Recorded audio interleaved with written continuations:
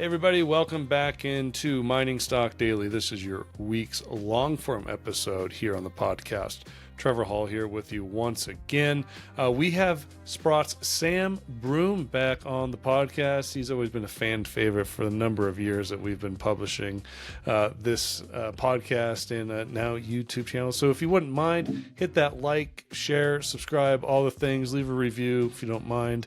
And this is a great conversation with Sam, obviously coming from the asset management side of things, but I mean, has a keen spidey sense of what's going on with precious metals and also base metals.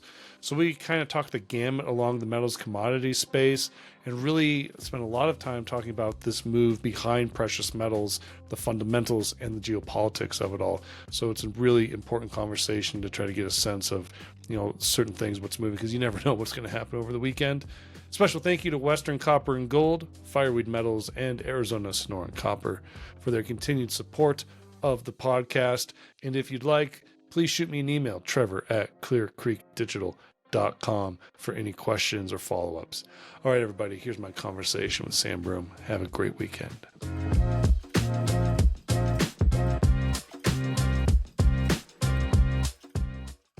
Well, Mr. Sam Broom, it's a pleasure to have you back on the podcast. How you been? Yeah, not too bad, mate. Not too bad. Keeping well. How about yourself? Good.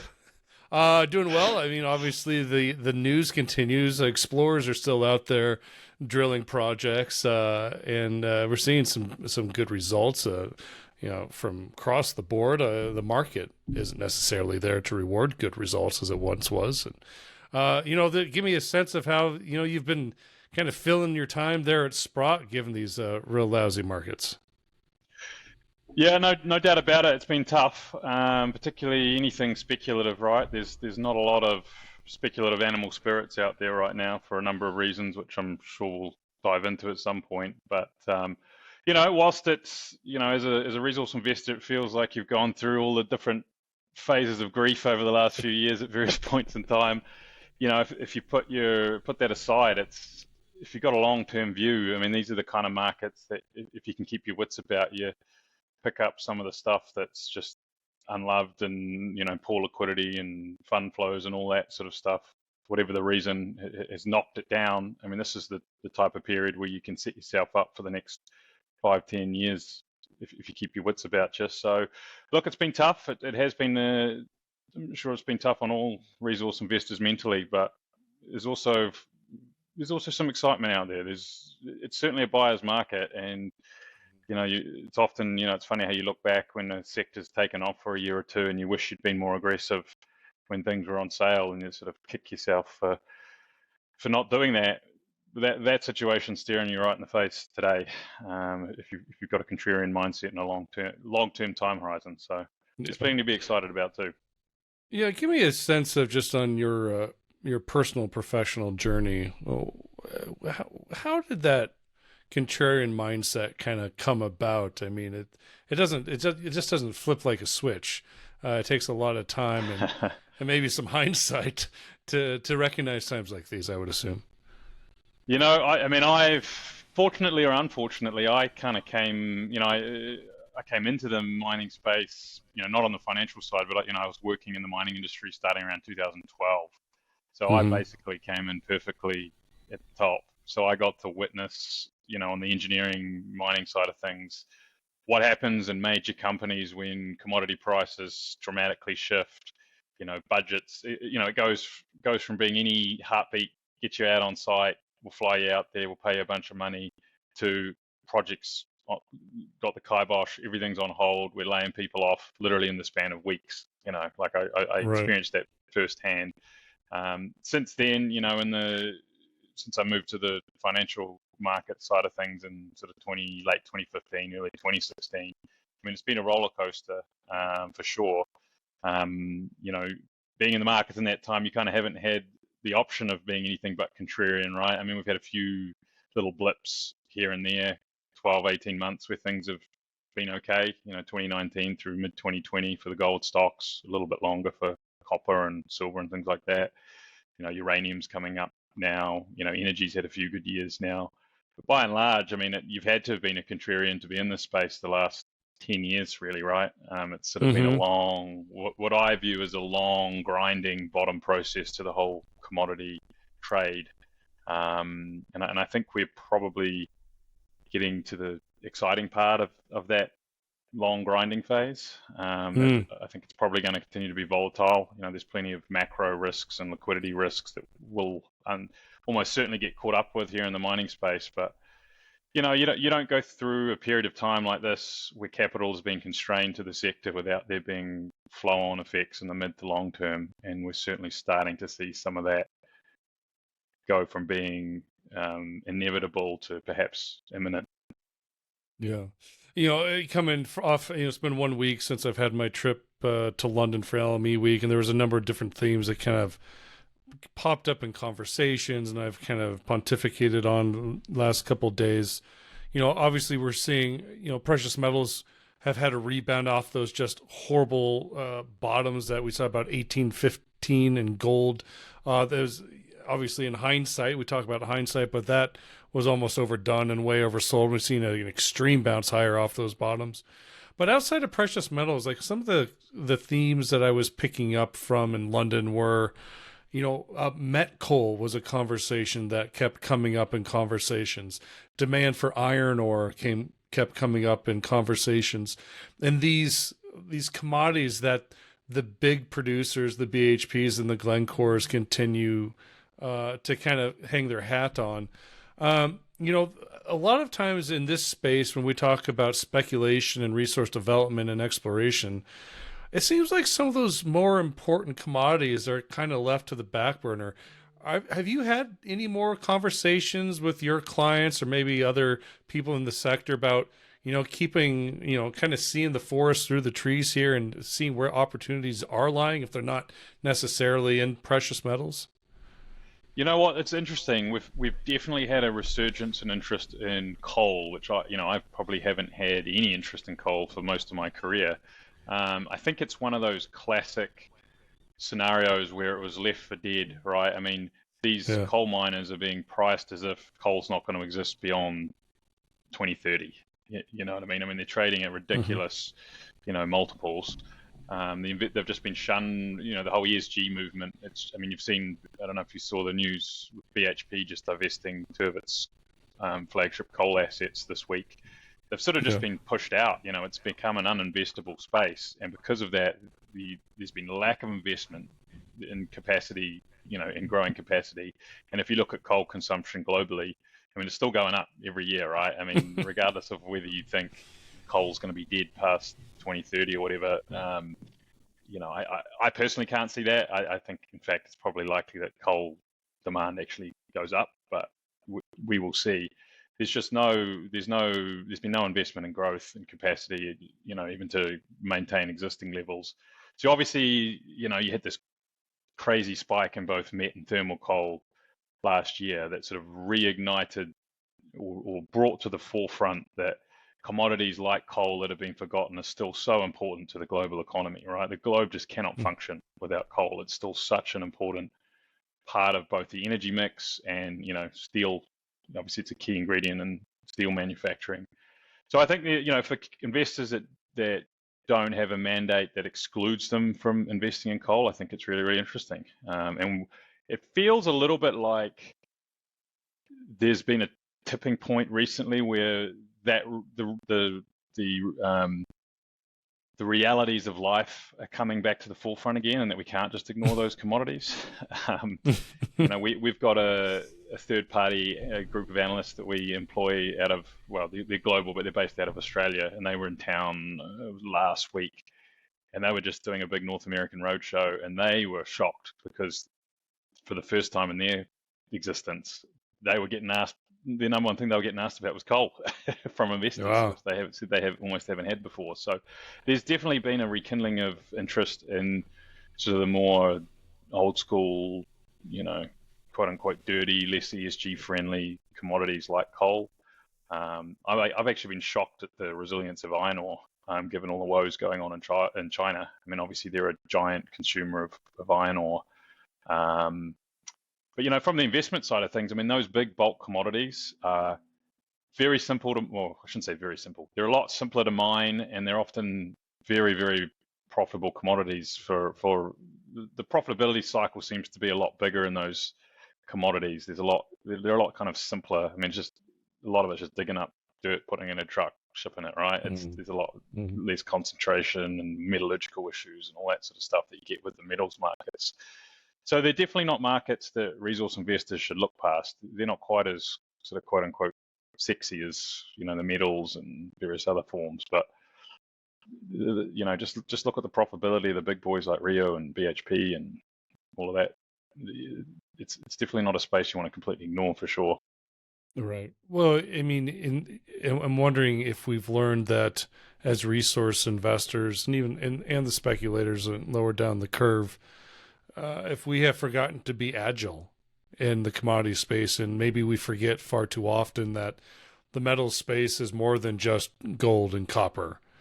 I mean, have you had any of those kind of thoughts or epiphanies in the last year?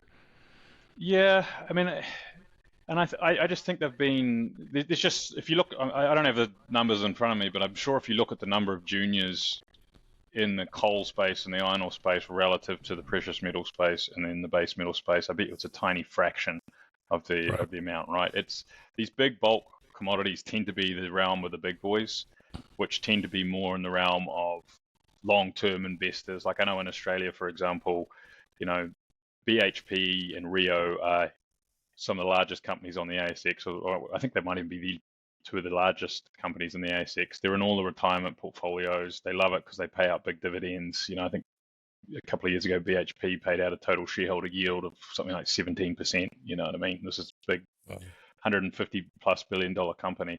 So it's just a little bit of a different target audience for the commodities. That's not to say there aren't interesting speculative options on the junior space, but I just feel like those markets are much more heavily weighted to the larger cap institutional style companies as opposed to, the smaller cap speculative juniors. Yeah. I do want to kind of talk about big picture, like news headlines that have been in front of us for the last 2 weeks and what it means for the commodities trade. But before we get there, the relationship between you and the podcast has been going on for a number of years, and you've always kind of been like our base metal, go-to guy for many times. And I thought about you earlier this week when another media publication last week in London published the interview with Robert Friedland, and he was very outspoken talking about lithium and battery metals and battery technologies. And, I don't know if he said he was grumpy that day, but, I don't know if they just caught him on a bad day, but, what he was pointing out, it was, it wasn't very uplifting for the entire development market of base and battery metals. I don't know how, did you seem to watch that or catch the highlights of that discussion? I must admit, I haven't seen it. Yeah, what was his gloomy outlook? What was the sort of key he basically points? said to short all the lithium plays. Yeah, I mean, I got to be careful what I say. I'm not. Right. I think lithium went through a classic boom phase, right? And whenever you have an industry where the margins are so gargantuan, we were looking at some of these producers with 70, 80, 90% sometimes margins on what they're producing. There's going to be a supply response. It's going to pull every little pound or ton or whatever it is out of the market that's available. So I've personally been a little bit cautious on lithium for a while. Frankly, I probably was too cautious. I didn't play hugely in the upswing either. For me, lithium, it's not like some of the base metals or most of the base metals or gold, and that there's genuine geological scarcity, right? With stuff like copper, I just can't see where the mines of the future are going to come from. They just don't exist, or at least in the quantity that we're going to need them for. With lithium, it feels like there's a new tier 1 lithium deposit being discovered every day, just about, right? There's a new big massive discovery. One thing with lithium I find interesting is that you're getting non-industry players starting to come into the market now, picking up assets, right? Or you're getting big industry players paying what seems like very, very, very full prices for for assets, particularly the Chilean players. There's obviously with what's gone on in Chile, there's an interest in these guys, I guess, SQM, which I'm sure your followers are all familiar with what's happened over in Aussie in particular. There's been a bunch of bids and some weird things going on over there. So when you see that, it just is it? yeah, that's been a debacle with Gina Reinhardt and all the stuff going on there. Right. Well, in Codelco in Chile, Codelco just bought its first lithium project. I saw news this morning. Whenever you get like car manufacturers starting to look at investing in mining production of lithium and things like that, I think that's historically when that's happened in other commodities, it's kind of been a fairly toppy signal, if that makes sense.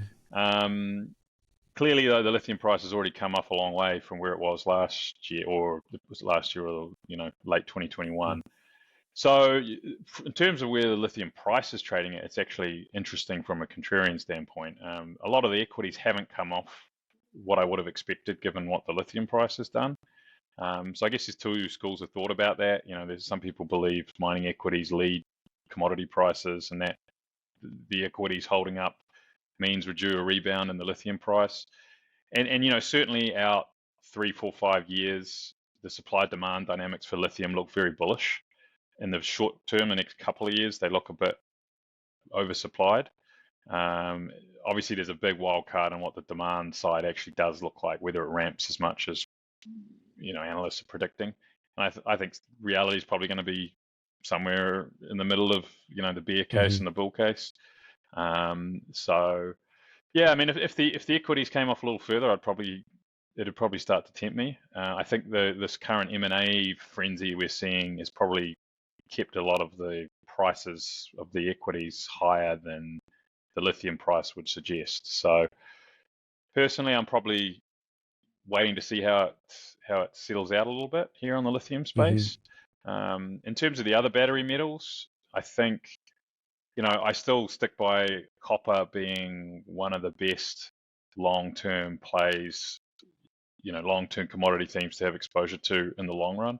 Next year, I mean, at the moment, all everyone can talk about is how big's the 2024 surplus going to be, right? There's 2024 looks like it's going to be the worst year of the decade in terms of the supply-demand dynamics. However, in saying that, people were thinking this year was going to have a decent surplus as well, and that just hasn't materialized. There's been a whole host of downgrades in production.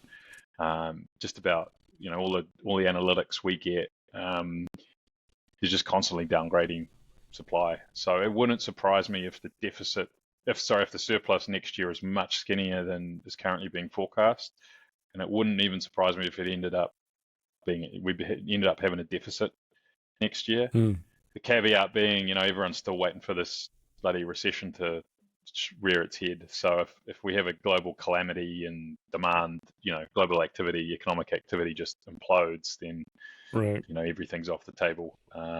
But I think copper at 350 or wherever it's trading right now, a pound, is starting to get into pretty contrarian setup. I mean, there's not a lot of miners making.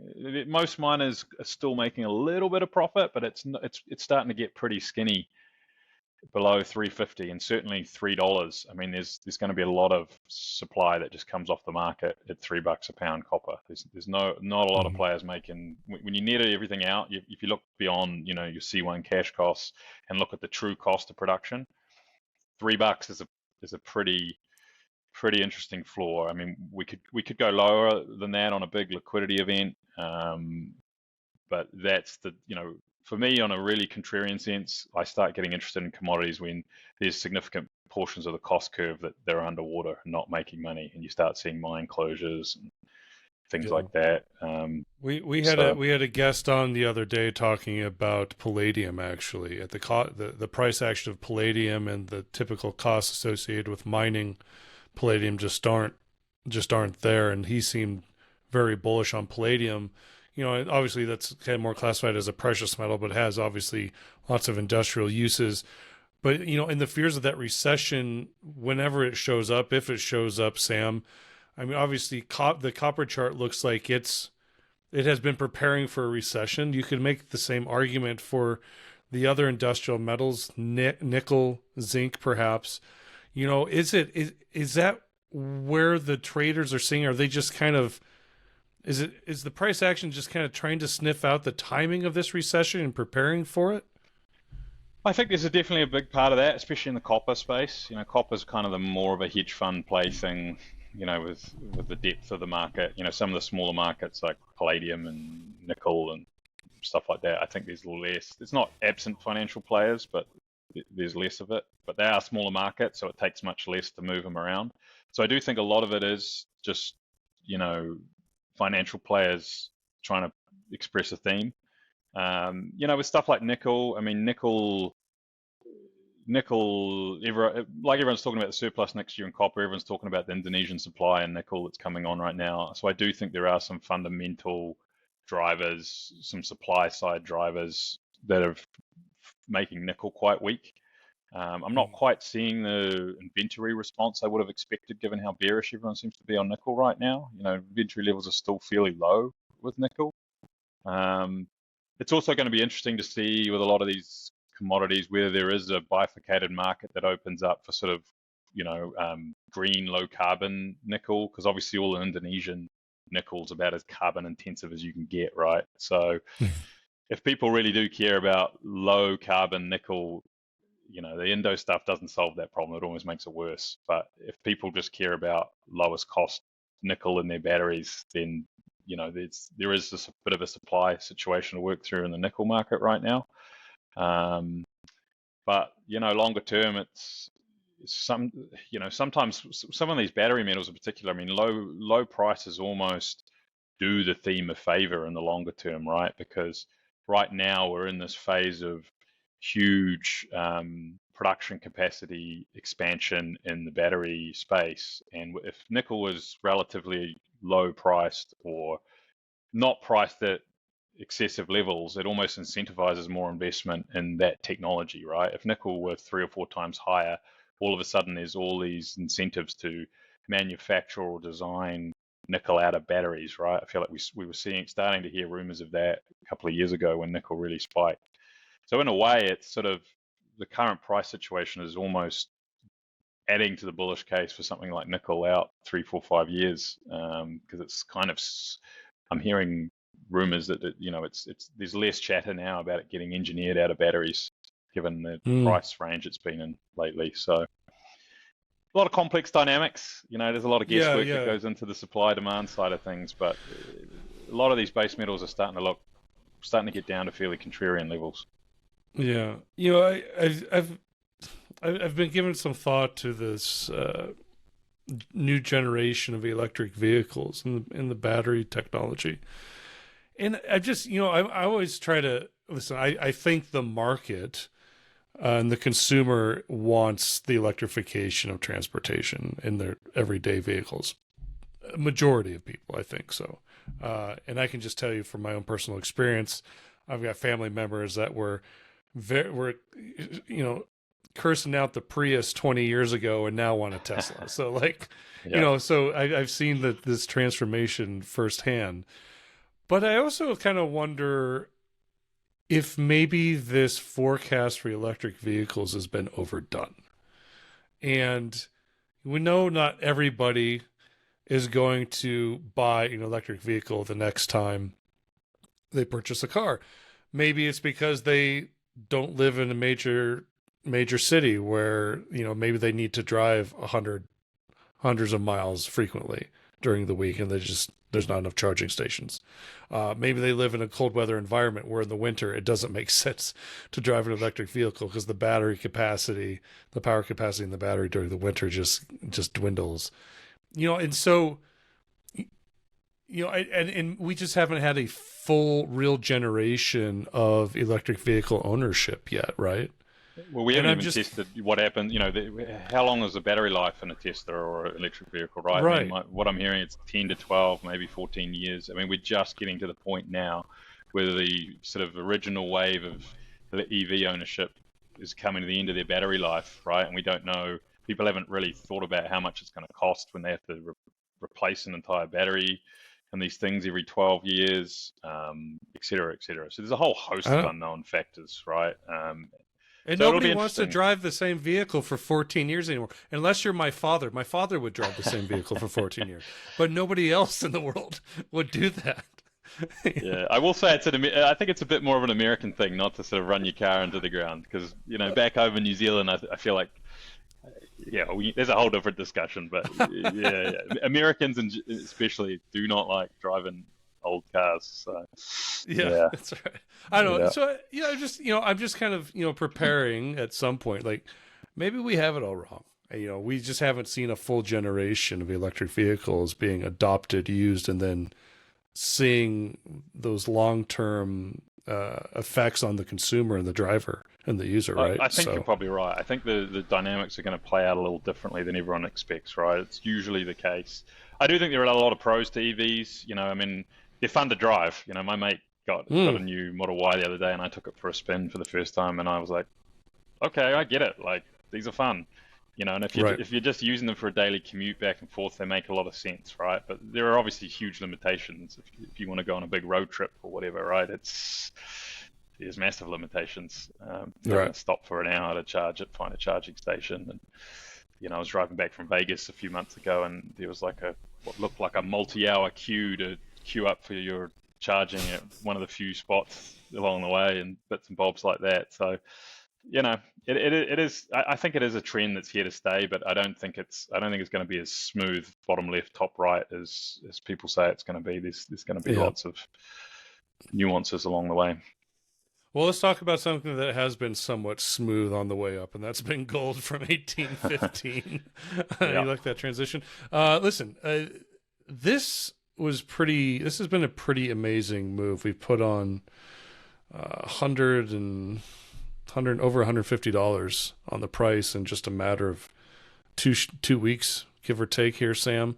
We've had a lot of discussions this week on the pod about the backdrop of this move in gold. There's fundamental reasons. There's geopolitical reasons, obviously. I'm sure you have fielded a number of phone calls and conversations about the price action in gold. It isn't necessarily lifting all boats. We are seeing some of the major gold producers get some better price action in their charts. A lot of the major royalty companies, obviously, but it's certainly not trickling down to the explorers by any means. So maybe let's just start out with the price action, the metal, and what you're seeing behind this move.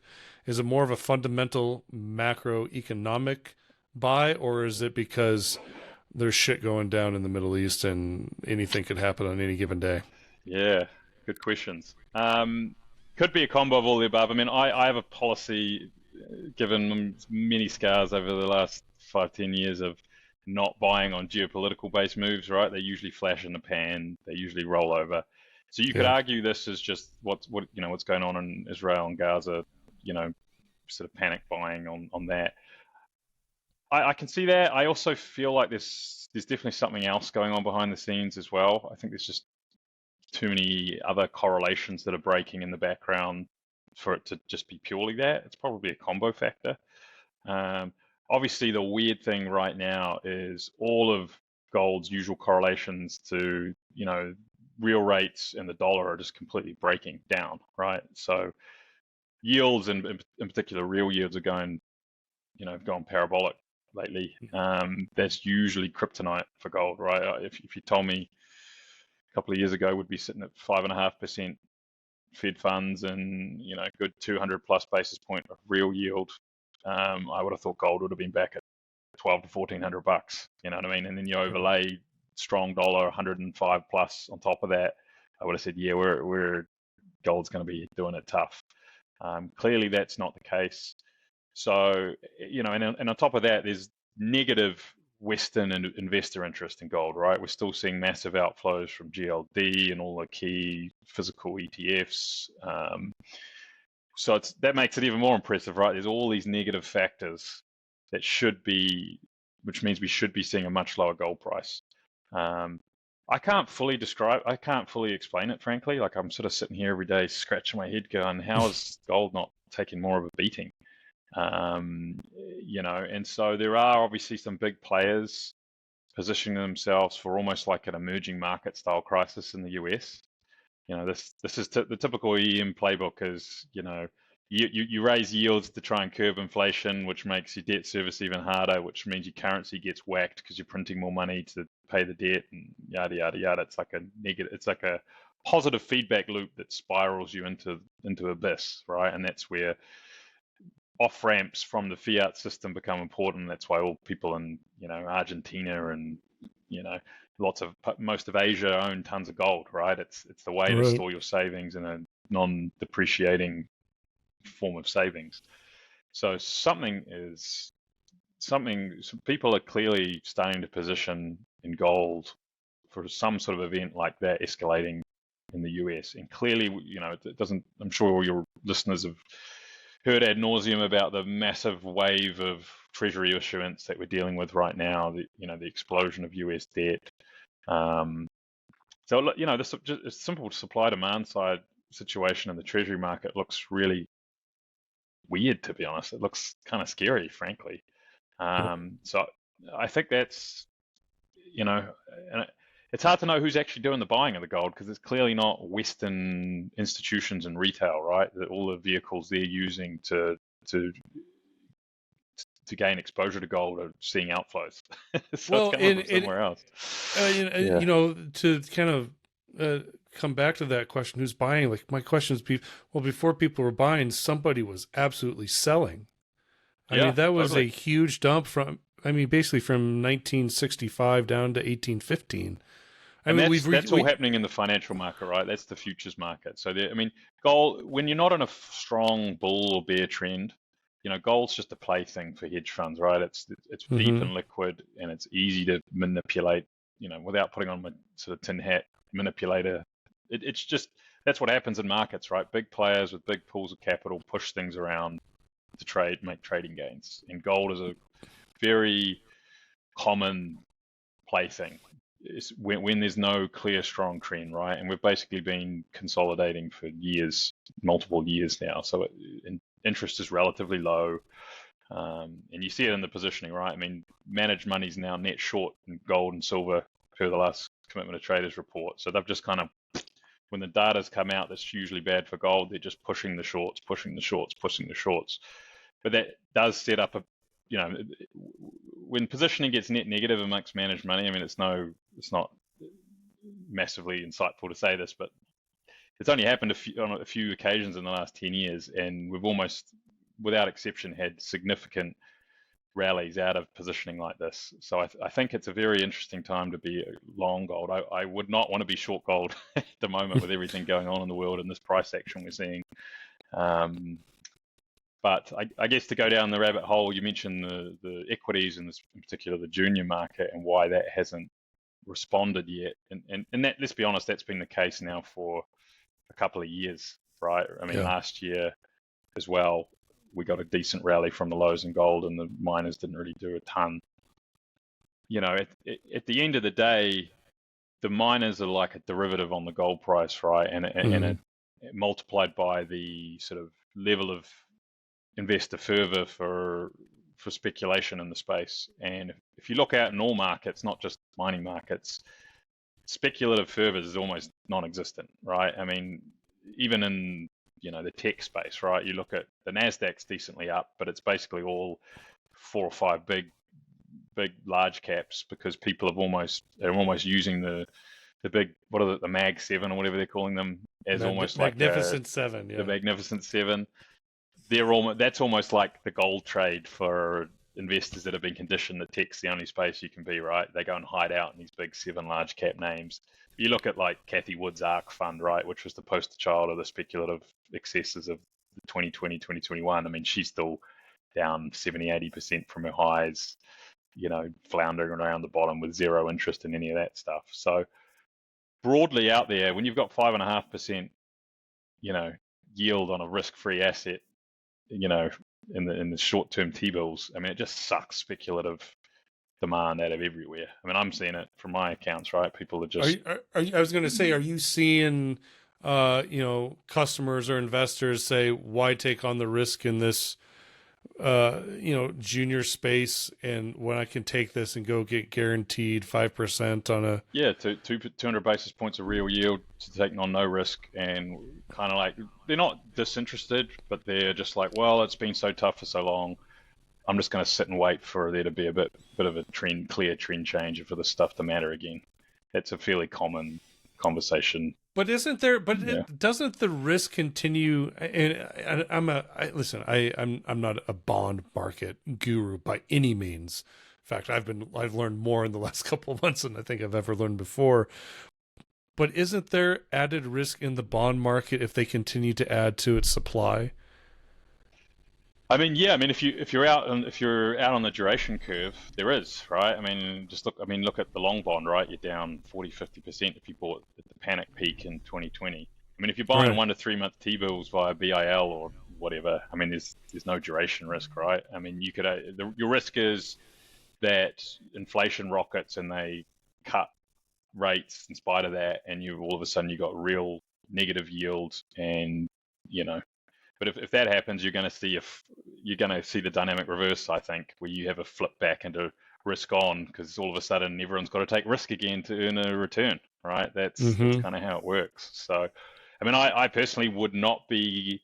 I don't have the cojones to make a major call going long the long bond, because I can see this massive risk to higher for longer yields, especially out on the long end. But I do think that, for the first time in my professional career, there is, the whole TINA thing, there is no alternative. Well, now there is an alternative, right? If you want to be conservative and do even better than preserving your purchasing power, there is a reasonable real yield at the short end. So that's just the reality. That is what it is. Mid to longer term, though, I mean, the US government with current debt levels, and it's not just the US government, right? It's globally, all governments are in the same boat, or most governments are in the same boat. 200 basis points of real yield, that can't last. The system's going to break. Right. So something's going to happen eventually. I'm surprised that hasn't happened yet, frankly. I mean, I guess we saw whiffs of it with the SVB and whatnot earlier this year, and I have my spidey senses are kind of tingling that either later this year or early next year something's kind of brewing. Yeah, I mean, Jerome Powell stated in his Q&A this week that there seemed to be a little bit more concern of the regional banks. He had a quick little comment in there, which was very interesting. And you're right. I mean, I'm surprised too that something major hasn't broken other than what we saw back in March. But I'm waiting to just wake up someday and hear something fell through the cracks. Well, everything's fine unless they get a run or they get significant outflows and they actually have to take realized losses on their hold to maturity portfolio, right? So as long as that doesn't happen, theoretically, there's not really an issue. But that's clearly what happened with the bank, the regional banks, right? And then you know how it is with fear, right? It spreads like wildfire, and people start speculating who's next, and it is something that could get out of hand relatively quickly. And even then, even beyond that, I'm sure there's all sorts of pockets of risk that we don't even realize exist right now. The insurance market, the reinsurance market. There's so many cornerstones to the financial system, where bonds, and particularly long bonds, are a cornerstone part of the collateral that back the whole system, that there is almost certainly, near dead bodies just sitting right below the surface that we're not been talked about yet. So we'll see. Yeah. And not just the dead bodies in junior mining, because there's quite a few of them right now. Sam, so one of the things I did want to ask you about in this conversation was, listen, I don't need to go out there. You and I don't need to have more conversation about just how gloomy these markets are right now for the resource speculators. Let's talk about where the opportunities are. And I've had a number of conversations the last couple of weeks that have been actually pretty eye-opening as far as, listen, how bad the markets are poses opportunities, not only for investors, but opportunities for the companies out there. Listen, if you need to find flow, if you need to find some sort of new areas of liquidity, there's certain things I think the market is telling you that you need to do. You need to merge. You need to kind of join forces. And, if there's no liquidity on the venture exchange, can you go somewhere else to find liquidity? I mean, that's an idea that's kind of popped up. I guess, I have my thoughts as an American, retail investor is like, I wish more companies do this. For example, like the Integra merger with Millennial. Obviously the market hasn't rewarded them for the move, but I personally think that was a great move. I mean, preach what you want, preach what the market is asking you to do, and then go out and do it.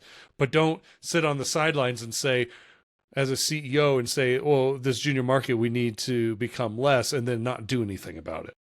Right. And I have it's probably not what your listeners want to hear, but I have a view that a sort of extinction event in the junior space is a good thing for the sector. In my opinion, there's far too many juniors out there that don't have any value, and it dilutes the whole space, right? So I would much rather there be consolidation of the better players, a bunch of sort of lifestyle companies go out of business, and the whole sector cleans itself up and becomes a more investable space for the average investor. Because we all know there's a lot of crap in the space, right? There's a ton of opportunity too, but you do have to be careful of all the landmines out there. So yeah, getting creative at looking at ways of, I definitely think a range of mergers. I think we're on the cusp of a bottom of the market merger wave. Usually we see sort of acquisitions and M&A type activity has like a minor peak at market troughs when things get so attractive that sort of contrarian buyers come out of the woodwork and pick things up on the cheap. I do think we are entering that phase now, and I'm quite curious to see what comes of it. I do think there will be some extinction events or companies. There's already been a lot of juniors rebranding as, AI companies or whatever, right? You know how it works, the sort of these sort of ambulance chasers, which personally I think is a good thing. But yeah, this capital is definitely hard to come by, and cost of capital has gone up dramatically. But there are players out there with a contrarian mindset where this is the gift, this is the time where they get the most active. For example, we've got a fund that I'm involved with that, is specifically tasked with investing in primarily the junior space, primarily through private placements. And we've been on, I won't call it a buying spree, but the last sort of 12, 18 months has been the perfect market environment for us to put capital to work. I'd much rather be putting capital to work during a phase like the last 12, 18 months than, I'm not going to call 2020 a massive boom top, but, the valuations are certainly a lot more attractive. There's certainly a lot less competition for our capital, which means we can drive, better terms for us and our investors. It hasn't been super fun, but I think looking back in 5 years' time, I think we'll be pretty glad that we had a period like this where the fund was in invest up mode. So, you've just got to, you've really got to have a real value proposition in this environment. You have to be a company offering investors real, genuine upside and value. So that's what CEOs need to do. They need to work hard to show investors, why put your money here? It's not easy. So get to work. What I want to ask you, this is something that's kind of bothered me all week, and what I'm about to ask you, I don't take lightly. Do the Canadian markets, we know the Canadian markets have a liquidity problem right now, but where does that liquidity problem spur from? Is it just too many companies? Is it just, years and years of bad returns because of a number of different variables? And how do you fix it? I do think that's a huge part of it. I do think, in a way, making capital markets easy to access and is a good thing, but in some ways it also, extremely low barriers to entry have meant, like I said, I just think there's way too many juniors, right? It was just so easy to get a company listed and funded, and when money's loose and capital's available, you just have, so many companies that show up that shouldn't be there, in my opinion, or they're just speculative vehicles for a boom time and they don't have any real long-term value, right? So, I mean, we're going on the TSX Venture Composite it's not purely, resource based, but I Right. don't know what the numbers are, but it's probably dominantly resource based, I would guess. It's the We've had ugliest chart in the world. It's the yeah, ugliest chart. we've had a 10-year bear market with a few blips here and there in resource space, right? That's what happens when markets go through these big cycles, and they suck for a long time, and that's where we are today. That's just the reality of it. Is it going to turn around and change? I actually think it probably is. But it's interesting. You go look at a chart of the TSXV, right? You look at the volume through the TSX Venture Composite, literally to the day when Powell raised, when about his first interest rate hike, the volume just dropped like a rock, and it stayed there since, right? So it's also a product of the environment we're in right now with the broader liquidity conditions globally. It's just that interest rate environment we're going through right now has just sapped speculative interest and liquidity from pretty much all speculative markets. So it's not just a TSX venture thing. It's happening globally. I mean, I was I keep in touch with a whole bunch of people from Australia, and they're just bemoaning how the ASX right now is just dead. Like it's horrid, and they're talking more about the speculative scene. Sure. And I've even had, I think the ASX is better than the TSX Venture Composite, but in terms of liquidity and activity at the moment, but even they're bemoaning how tough it is right now. So, what do you think? I mean, what do we need for this junior market to get some legs? Do we need higher metals prices, or do we need the bond market to give us some clarity? It's probably a combination of things, or any one thing in big enough dose. You know what I mean? If we get a massive breakout in the gold price, I mean, my personal opinion is mining equities, whether it be the large cap end or the speculative juniors, probably are gonna not do anything spectacular until we get a proper breakout of gold to new all-time highs. There's just too many people skeptical that that's even going to happen. It's just been so tough for so long. But I think if we get a genuine breakout and blue sky, people are going to wake up again. And every man it'll almost be like a self-fulfilling prophecy, because everyone's kind of in the same boat, right? Like, wake me up when we're at new highs. Because there's just been so many head fakes and so many people waiting for this to go. I also think that the cost of capital and inflation and the cost of production for these miners has gone up dramatically in the last few years, right? And this inflationary wave. So, I think most of these mining equities, particularly the precious metal ones, a lot of the better ones are definitely significantly undervalued right now. Some extremely undervalued. But I also can understand why the broad index like the GDX is off its highs from 3 years ago, despite having the same gold price, because the cost profile for the whole industry is higher today. So margins are lower at the same gold price. So it kind of makes sense to me. But if you get a material breakout in the gold price, say all of a sudden we're at gold $22, $3, $4, $500 an ounce. I mean, those margins, the cash flow generation out of these miners is just going to be too hard to ignore. And then, usually what happens is the big end of town moves first, and it has to last for 6 months or more before the market really believes it. And then you start seeing the capital flow trickle down to the more speculative end of the market. That's probably going to be the playbook again, I'm going to say. But so either that, with rates staying high, or, the ultimate would be the Fed having a panic cut. And all of a sudden we have a negative declining trend in real interest rates.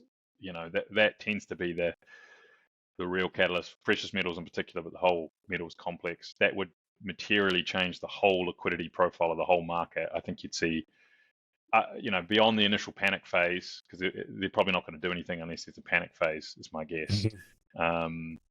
Once that settles out, I think you'll see broader speculative animal spirits revived all over the place. Because you got to think about it. I mean, there's so much capital sitting there in quasi cash, right? T-bills earning 5.5%. I mean, imagine what happens when that T-bill trade becomes unattractive. All of a sudden you're only getting 2 or 3% on your cash. that all of a sudden gushes out of just effectively sitting on the sidelines and goes and looks for a home. Right. And if you're in a stagflationary or anything like the current environment, I mean, hard assets like commodities is like the place to be, right? Historically, that's been the best performing sector in conditions like this. So I think you could see a significant flow into our kind of our corner of the world, and that's the framework I'm working to anyway. There's obviously going to be a lot of nuance to it, and there'll be changes, and things will play out much differently than I expect. But the stage is set. It feels tough right now. We've all been through the stages of grief, I'm sure, over the last few years. But the stage is set, and I'm actually weirdly, I've kind of your spidey senses. The spidey senses are kind of making me feel quite excited for some reason. In the last week, Friday, after Friday, I was on the airplane, I landed and opened up the gold chart. I was like, what the hell was that? And the gold chart looks beautiful. If I'm a pure trader, it's a thing of beauty. It looks pretty. I think.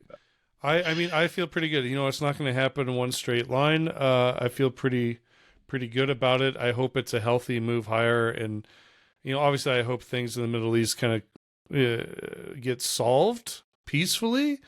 And I just hope everything's here. But on the macro side, a lot of things economically do not make sense and are unsustainable, and I think that's my sense. Anyways, couldn't agree more. Yeah, good to connect once again, my friend. Thanks so much for doing this. Always a pleasure, mate. Thanks for having me on.